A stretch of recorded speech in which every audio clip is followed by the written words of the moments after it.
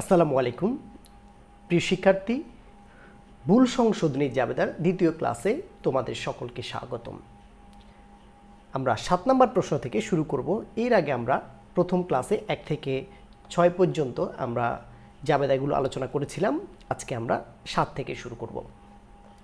পাওনাদারকে প্রদত্ত 2000 টাকার হিসাবের বইতে লেখা হয়নি। এই যে হিসাবের বইতে লেখা হয়নি, এই লেখাটা দেখেই বুঝতে হবে এই লেনদেনটা সম্পূর্ণ বাদ পড়েছে। যে লেনদেন সম্পূর্ণ বাদ পড়বে সেটাকে আমরা বলবো বাদ পড়ার ভুল।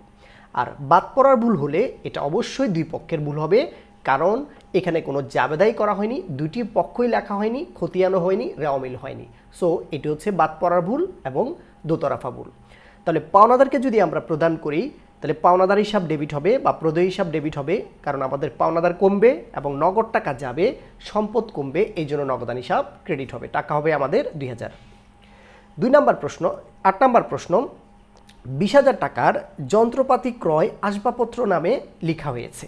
তাহলে যন্ত্রপাতি এটা মূলধন জাতীয় ব্যয়, আসবাবপত্র এটাও মূলধন জাতীয় ব্যয়। তাহলে সমজাতীয় হিসাব যদি ভুল করে লেখা হয় এটাকে বলবো আমরা বেদাখিলার ভুল, কারণ যন্ত্রপাতির নামে আমরা আসবাবপত্র নামটা লিখে ফেলেছিলাম এবং যন্ত্রপাতিটাও ডেবিটে বসে, আসবাবপত্রটাও এখানে ডেবিটে বসবে। সো এখানে যে ভুলটা হয়েছে সেটা হচ্ছে বেদাখিলার ভুল। জাবেদাগতভাবে ভুল হলে সেটাকে বলবো আমরা বেদাখিলার ভুল। আচ্ছা, এখন আমরা যন্ত্রপাতির জায়গায় আসবাবপত্র লিখেছি, তাহলে আসবাবপত্রটা আমরা বাদ দিতে হবে। তাহলে আমরা আসবাবপত্রটা কীভাবে বাদ দিব? কারণ আসবাবপত্রটা আমরা ডেবিটে লিখেছি, এটাকে বাদ দেওয়ার জন্য এখন আমরা ক্রেডিট করব। এই আসবাবপত্র হিসাব এখানে ক্রেডিট হবে। আর যন্ত্রপাতি যে আমরা লিখি নাই, এটাকে সঠিকভাবে বসানোর জন্য যন্ত্রপাতি হিসাবকে আমরা ডেবিট করব। তাহলে আমাদের জাবেদাটা হচ্ছে যন্ত্রপাতি হিসাব ডেবিট, আসবাবপত্র হিসাব ক্রেডিট, 20,000 টাকা 20,000 টাকা। 9 নম্বর প্রশ্ন, বিনামূল্যে পণ্য বিতরণ 5,000 টাকা হিসাবের বইতে লেখা হয়নি। তাহলে হিসাবের বইতে লেখা না হলে হিসাবটা সম্পূর্ণ বাদ পড়েছে, অর্থাৎ লেনদেনটা সম্পূর্ণ এখান থেকে বাদ পড়েছে, এই জন্য এটাকে বলবো আমরা বাদ পড়ার ভুল। হিসাব যখন ডিরেক্টলি বাদ পড়তেছে, অর্থাৎ লেনদেনটা যখন ডিরেক্টলি বাদ পড়তেছে, এখানে দুটি পক্ষই লেখা হয়নি, এই জন্য এটা হচ্ছে দোতরফা ভুল বা দুই পক্ষের ভুল।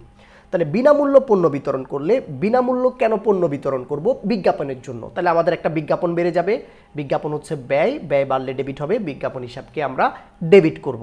এরপরে আমরা কি বিতরণ করছি? পণ্য। তাহলে ক্রয়কৃত পণ্য চলে যাবে আমাদের কাছ থেকে, অর্থাৎ আমাদের ব্যয় হ্রাস পাবে। আর ব্যয় হ্রাস পেলে এখানে আমরা বলবো ক্রয় হিসাব ক্রেডিট। এই পণ্য বিতরণের জন্য ক্রয় হিসাব ক্রেডিট হবে।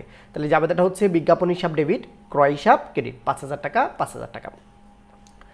10 নম্বর প্রশ্ন, সিফাতের নিকট থেকে প্রাপ্ত রিফাতের হিসাবে লেখা হয়েছে। সিফাত এখানে হচ্ছে আমাদের দেনাদার, সিফাতের জায়গায় আমরা রিফাতকে ক্রেডিট করেছি, রিফাতকে ক্রেডিট করেছি। রিফাতকে আমরা একজন দেনাদার ধরে আমরা রিফাতকে ক্রেডিট করে ফেলেছি, ভুল করেছি, এই কাজটা আমরা ভুল করেছি। তাহলে রিফাতকে এখান থেকে বাদ দিতে হবে। তাহলে রিফাতকে ক্রেডিট যখন করেছি, রিফাতকে এখন আমরা করে ফেলবো ডেবিট। তাহলে রিফাত হয়ে যাবে এখন ডেবিট। আর সিফাত থেকে যে আমরা পেয়েছি, সিফাতের নামটা লেখা হয়নি, তাহলে এখন সঠিকভাবে সিফাতের নামটাকে আমরা ক্রেডিট করব। সিফাত হচ্ছে আমাদের আসল দেনাদার, সিফাত হিসাব ক্রেডিট হবে। তাহলে জাবেদাটা হচ্ছে রিফাত হিসাব ডেবিট, সিফাত হিসাব ক্রেডিট। এই যে দেনাদার রিফাত হিসাব ডেবিট, দেনাদার সিফাত হিসাব ক্রেডিট। দেনাদার শব্দটা লিখলে হচ্ছে, না লিখলে হচ্ছে।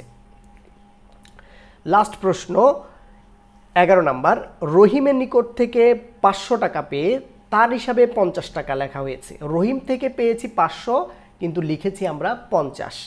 অর্থাৎ রহিম হচ্ছে আমাদের একজন দেনাদার, ওর কাছ থেকে 500 টাকা পেয়েছি, কিন্তু আমরা ভুল করে লিখেছি 50 টাকা। তাহলে আরও 450 টাকা আমরা কম লিখেছি।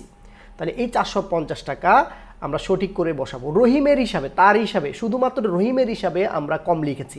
তাহলে রহিমের কাছ থেকে পাবো 500, কিন্তু 50 লিখেছি। তাহলে এই জায়গায় আমরা 450 আরও লিখতে হবে।